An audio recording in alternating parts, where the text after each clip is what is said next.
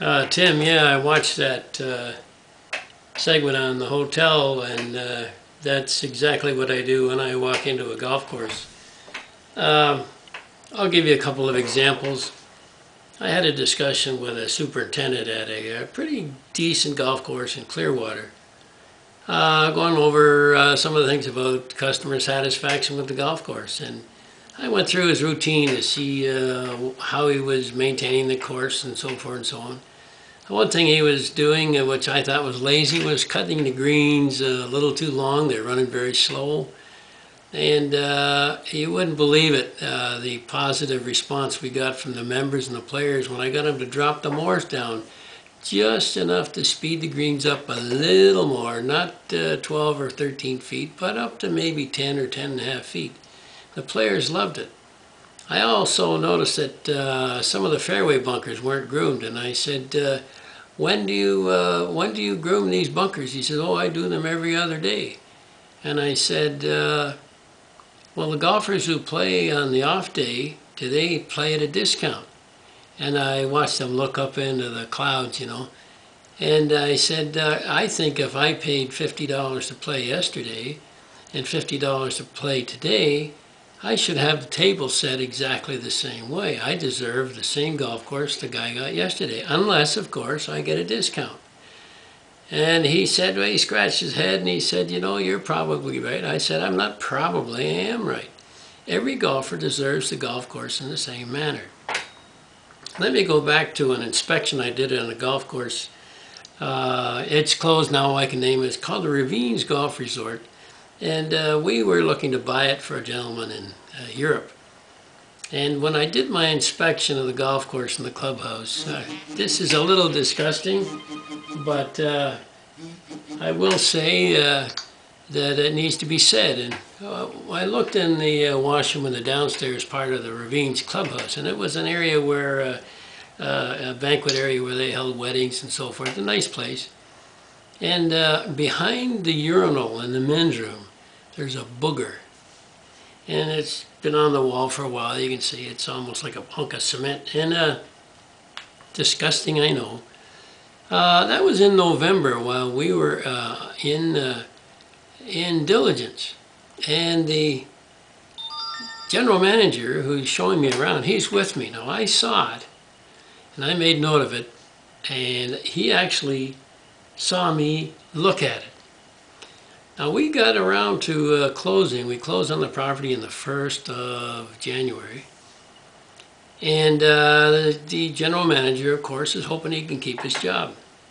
He was a nice fella, but had no training. Nobody trained him how to be a manager. He was catch as catch can in terms of learning how to run a place. And he had no knowledge, no skill, and some of the awareness that you have to have that helps you build a powerful customer base.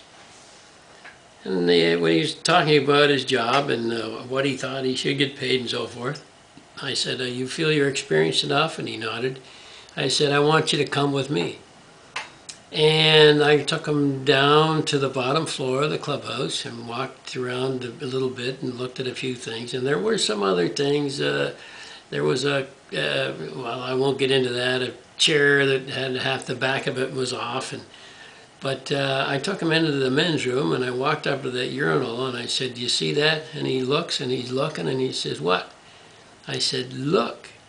And I almost touched that booger with my finger. I said, see that booger? He goes, yeah, aren't people disgusting? And I said, that booger was there in November when I inspected this place. And I said, you, as the general manager, in all that time, have not inspected this place closely enough to prove that you really care that you turn out a first-rate product. And that is one of the little details. And I saw the clip from the hotel turnaround man, and that's exactly what I see in golf courses. I see so many things. I had an incident with a starter at a golf course not long ago, and this golf course, their ads are saying, we give better service. And the starter was so rude to myself and my guest who played there. he deserved a punch in the nose. I mean, he was absolutely imbecilic. This is a golf course. It's advertising in the paper and everything, telling everybody, we give great service. Disgusting. My question is, does the general manager ever go out to the first tee and greet his customers? Does he ever go to the front door and greet his customers? Does he ever ask whether or not the customers are satisfied? Did they like the golf course? What does the general manager do? In a lot of cases, all they do is they appear to me to hide out. But that's part of what I see in the golf course industry, and the the lack of care in the way that they maintain the place. Cleanliness is so important, and you're right. You walk into a dirty washroom, or you happen to see the kitchen door swing open, you see a filthy kitchen. You know what? Doesn't matter how good the greens were, doesn't matter how good the service was. If the place is unclean or at the point of being filthy, that's another thing I look at. And everybody who knows me, when I inspect a golf course, the first thing I look at are the kitchens. The first thing I look at are back in the storage rooms. I look behind the counters. I like to see how the people behave in their workplaces. I look in the offices. Out in the golf course, first thing everybody knows, the first thing I'm going to do is look at the comfort stations. They'll see me lift the seat up on the golf carts to see if they're maintaining the batteries. Little things. I'll see weeds growing. You know, you have a nice landscaping around the clubhouse, but I see weeds growing where it should be pristine and clear, and you know, the sense of arrival is perfect, and it's not. I see that everywhere. They can't make money in their food and beverage. They keep complaining they can't make money in their food and beverage. I had a sandwich at a golf course where the owner complained, the food and beverage, I can't make any money. He says, it doesn't matter what we do, how much the volume is, we can't make any money. So I'm served a sandwich. And the food is good. I mean, the quality of the food was excellent, and it smelled good, looked good on the plate and everything. But I took a sandwich back into the kitchen, and I asked the kitchen manager, says, I want you to take the meat out of my sandwich and I want you to weigh it. And it was a corned beef sandwich, and the weight of the meat on my sandwich was just over 6.5 ounces. And she looks at me as if puzzled why I would complain about such a great serving. I said, you're only getting $6 for this sandwich. I said, you're not making any money on it.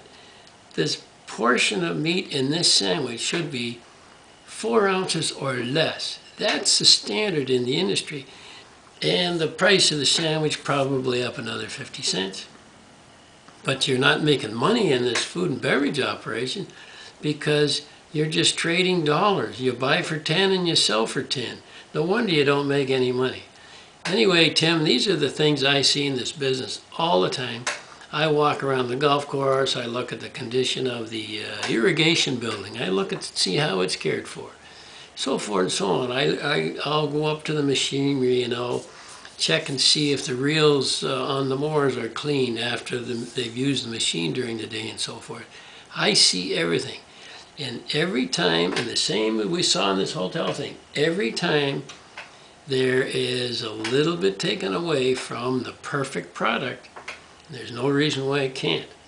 By the way, another thing I notice at so many golf courses I visit and work with the general managers or the owners, they don't have meetings at all.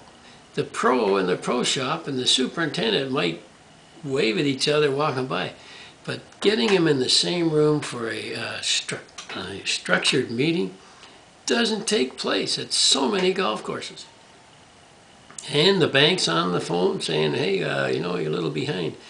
This is all leading up to it.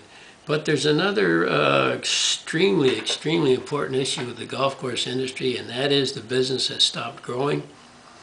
It's a tough thing to get turned around because you have to get the cooperation and participation of all the golf course owners in the United States and in Canada too, to start rebuilding the game. And they have to do it in a smart way. Not just blowing smoke like they're doing now. I hate to say it, but they are.